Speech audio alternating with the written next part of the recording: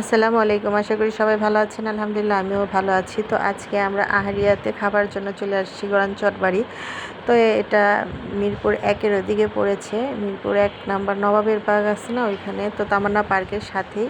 তো এই তো আমরা হাঁটতে হাঁটতে নিচে চলে আসছি। দেখুন এই যে এখানে অনেক পুরনো, প্রায় ১৫০ বছর আগের এখানে পুরনো গাছ আছে, বট গাছ। তো এখান দিয়ে যাওয়ার সাথেই পাশে আছে একটা মসজিদ।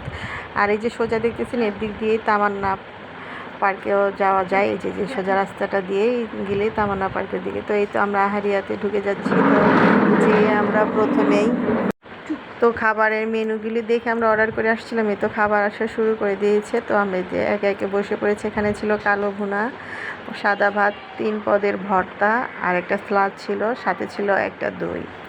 তো খাবারগুলো আলহামদুলিল্লাহ খুব মজার ছিল। তো এই থেকে এখানে নিয়ে আমরা বসে পড়েছি। সাথে আনলিমিটেড ডাল ছিল।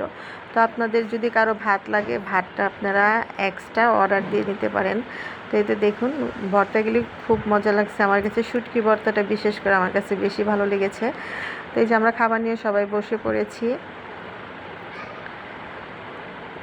মাংসটা এত সফট ছিল, খাওয়ার যখন খেতে বসে দেখতে পারবেন একদম হাতের নিতেই একদম গলে গেছে। তো আমি আপনাদের বলবো যারা এখনও আসেনি অবশ্যই এখানে আসতে পারেন। ৩৫০ টাকার ভিতরে যে প্যাকেজটা ওদের খুব ভালো। তো এই যে কালো ভুনা, এটাও ভালো ছিল, ৫ থেকে ৬ পিস ছিল। তো এই যে আমি প্রথমে নিয়ে নিয়েছি ডাল ভর্তা। ডাল ভর্তাটাও ভালো ছিল, কিন্তু আলু ভর্তা আমার কাছে তেমন একটা ভালো লাগেনি। তো ওরা দেখাইছিল ভিডিওতে পেঁয়াজের একটা স্লাদ দেয়, কিন্তু এটা পেঁয়াজের ভর্তাটা দেয় না, এটা শসা কেটে স্লাদ বানিয়ে দিয়েছে আর কি। এই যে দেখুন কতটুকু নরম।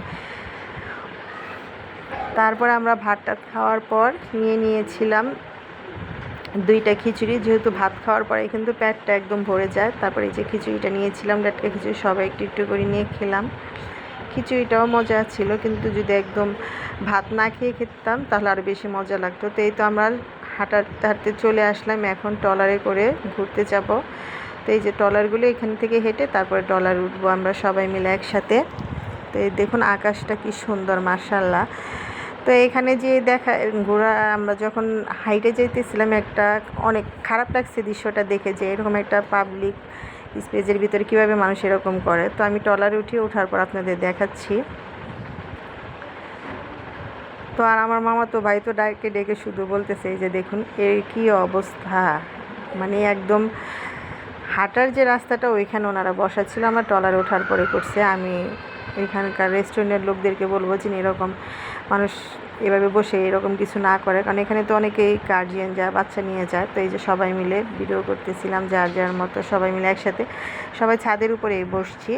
কিন্তু ট্রলারওয়ালা যে এত চালাক, উনি ঘন্টা হিসাবে আমাদের নিচে এমনভাবে চলতেছিল যে ওনার আগে নৌকায় চলে যেতেছে, এমন অবস্থা। তো এই তো সবাই মিলে যার যার মতো ভিডিও ছবি তুলতেছিল।